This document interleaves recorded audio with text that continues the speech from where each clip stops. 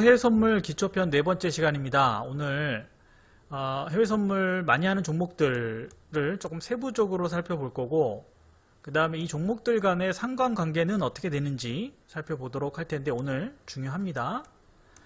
자, 제가 시작하기 전에 해외 선물 기초편 강의를 쭉 하고 있는데, 이 목적이 뭐냐면, 또 계기가 어떻게 됐냐면, 제가 뭐 네이버나 구글이나 뭐 검색을 통해서, 또는 뭐 책을 통해서, 아니면 강의를 통해서 유튜브 이런 데 한번 다 뒤져봤는데, 실제적으로 뭐 도움이 되는 그런 내용들이 많이 없더라고요.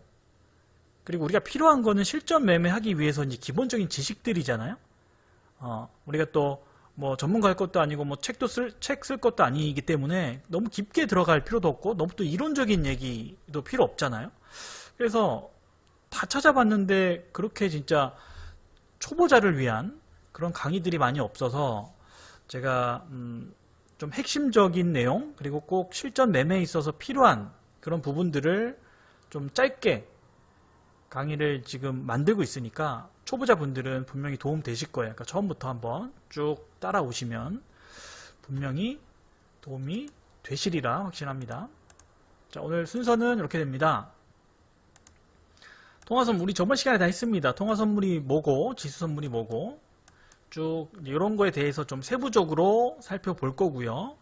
그 다음에 이런 것들, 이제 통화선물의 이제 변동 요인, 어떤 요인에 의해서 가격이 변동하는지, 그 다음에 이런 상품들 간의 상관관계는 어떻게 되는지, 그 다음에 달러 지수 보는 곳은 어느 사이트에서 어떻게 봐야 되는지까지 한번 살펴보겠습니다. 자, 먼저 통화선물입니다. 통화선물. 자, 통화선물 뭐가 있죠? 대표적으로 매매하는 것들이 뭐 유로, 그 다음에 뭐 파운드, 뭐 여러 가지가 있지만 파운드도 있고 엔화, 뭐 호주 달러, 뭐 여러 가지가 있는데, 대표적으로 이제 이런 것들이 있다고 보면, 유로 FX를 우리가 매매한다 그러면 유로화를 사는 게 아니죠. 자, 특정 국가의 통화를 사는 것이 아니라, 즉 파운드 매매한다 그러면 파운드를 사는 게 아니라 이 교환 비율을 사는 거예요. 이게 무슨 얘기냐? 밑에 보시면 이제 유로 FX의 이제 통화 쌍인데, 우리는 그 해당 국가의 통화를 사는 게 아니라 쌍을 매매하는 거예요. 그 쌍의 짝꿍은 누구냐면 달러예요. 기본이 항상 달러예요. 달러랑 짝을 이루고 있어요. 그래서 달러화 대비 유로화의 가치가 얼마냐? 이제 이거를 우리가 매매하는 거거든요. 그러니까 이건 이제 차트를 통해서 한번 살펴볼게요. 자, 이것도 엔화 자체를 우리가 사는 게 아니라 달러화 대비 엔화의 가치가 얼마인지를 우리가 이제 맞추면서 매매를 하는 거거든요. 그러니까 항상 짝꿍이 달러라는 거를 기억하시고, 이제 그래프 차트를 통해서 한번 살펴볼게요. 자, 이게 유로 FX 3월물인데, 자, 먼저 이 우측에 보시면 이제 가격이 숫자가 나와 있잖아요. 이게 의미하는 게 뭘까요? 이게 달러예요. 통화선물은 다 여기 표시가 돼 있는 게 대부분 달러라고 보시면 돼요. 달러. 자, 그러면 아까 통화 쌍을 매매한다고 그랬어요. 그러면 항상 이 두 가지로 우리가 나눠서 생각을 해봐야 돼요. 유로, 달러. 자, 이게 지금 1.09거든요. 1.09. 그러면 1.09 달러잖아요. 그러면 1유로당 이게 의미하는 게 이 교환 비율이 1.09 달러란 얘기예요. 1유로를 갖고 오면 1.09 달러를 준다는 얘기예요. 근데 이게 만약에 숫자가 이렇게 올라간다 생각하면, 즉 달러가 1.09에서 1.1이 된다, 1.10이 된다 그러면 유로화의 가치가 어떻게 되는 거죠? 유로화의 가치는 올라가는 거죠. 그리고 달러의 가치는 내려가는 거죠. 그죠? 여기까지 이해하시겠죠? 그러면 결국 유로 FX 가격이, 우리가 이제 유로 FX 종목의 가격이 올라간다 그러면은 단순히 유로 가치, 돈의 가치가 올라가는 거고 달러의 가치가 내려간다, 이렇게 생각하면 돼요. 이게 되게 중요합니다. 그러니까 통화 선물은 이 통화의 쌍을 매매하는 건데, 해당 만약에 유로 FX 차트가 올라간다 그러면 유로화의 가치가 올라가는 거고 달러의 가치는 내려가는 거다까지 생각을 하셔야 돼요. 그러니까 단순히 이것만 생각하지 말고 이 달러까지도 달러의 가치가 그러면 동시에 내려가는구나 이것까지 한 번 더 생각을 해야 돼요. 그러니까 두 가지를 생각을 하시면 돼요. 자, 엔화를 볼게요. 자, 엔화다 그러면 엔화 자체를 사는 게 아니라 통화쌍을 산다고 그랬죠. 그러면 뭐예요? 엔화랑 달러.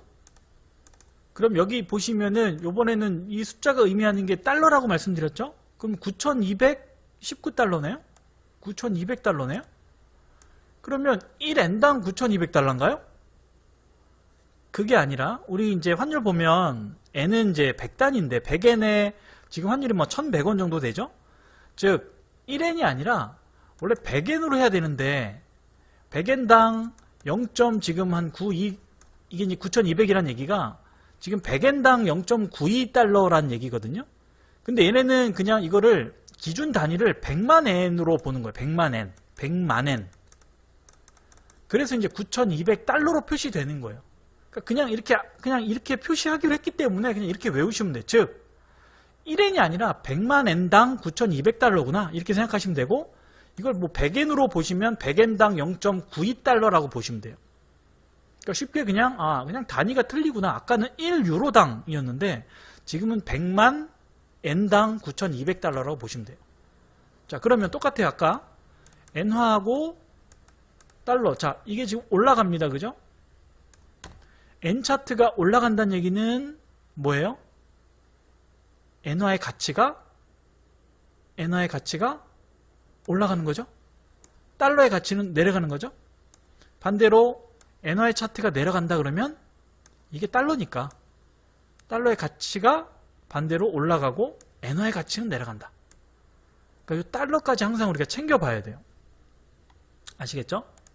자, 그러면 우리 이제 뭐 학창 시절에 경제 수업 들을 때 이제 이런 것들 다 했는데 이제 이 통화의 변동 요인에 대해서 한번 살펴볼 건데 가볍게 이거는 그냥 이해하시면 되는 거니까 외우실 필요는 없어요. 자, 통화 강세, 즉 뭐 달러로 예를 들면 달러의 가치가 상승하려면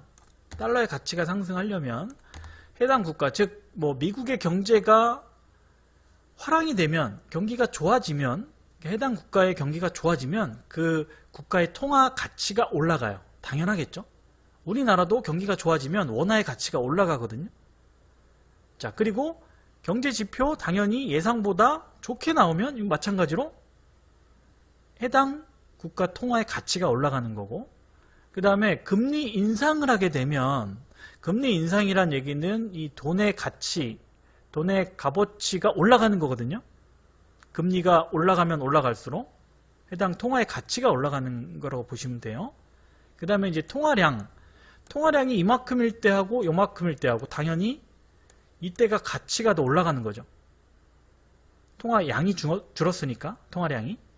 그래서 이렇게 통화 가치가 상승하는 요인들은 이런 것들이 있고, 반대로 통화 가치가 하락하는 경우는 경기가 불황이거나 금리 인하거나 예상치보다 하회 경제지표가, 그 다음에 통화량이 이건 잘못 썼네요.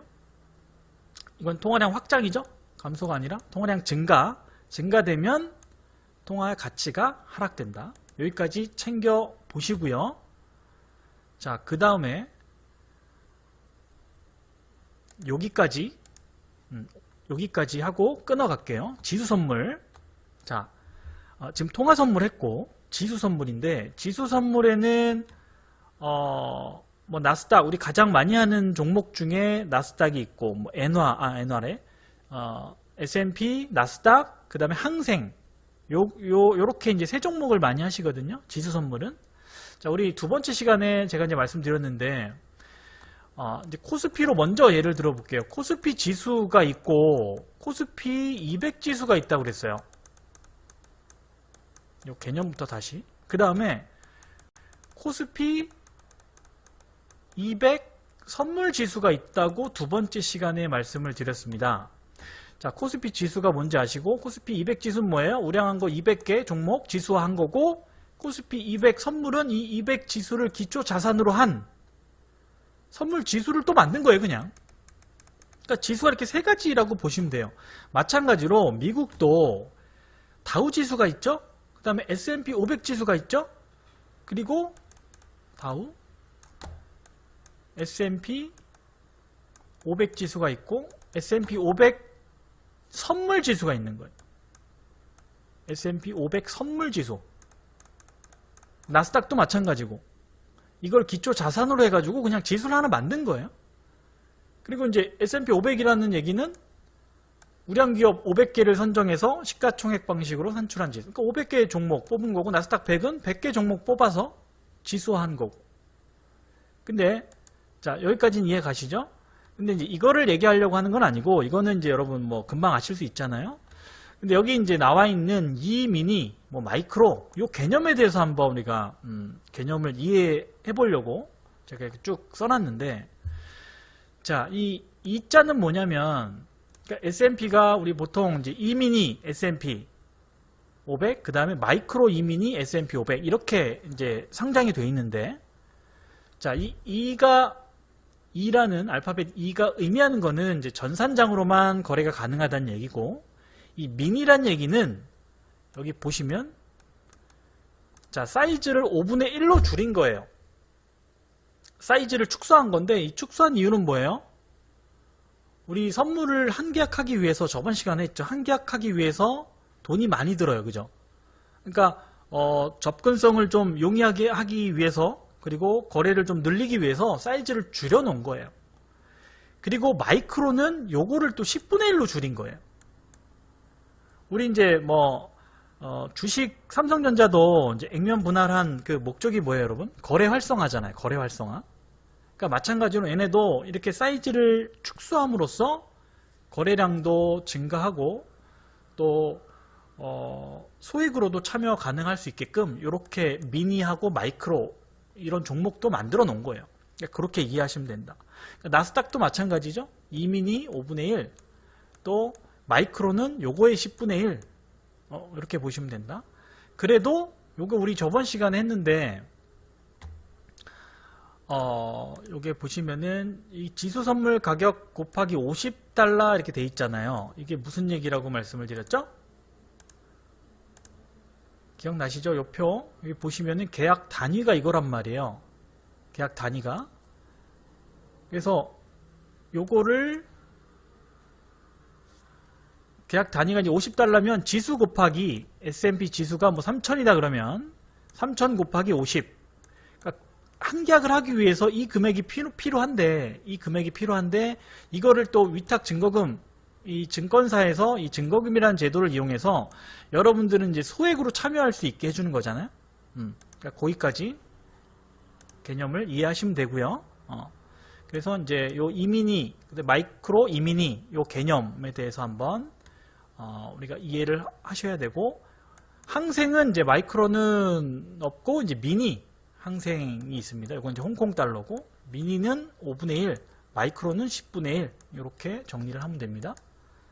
자, 그리고 다음 시간에 이제 에너지 선물, 금속 선물, 그 다음에 이제 상관관계 여기까지 한번 하도록 할게요.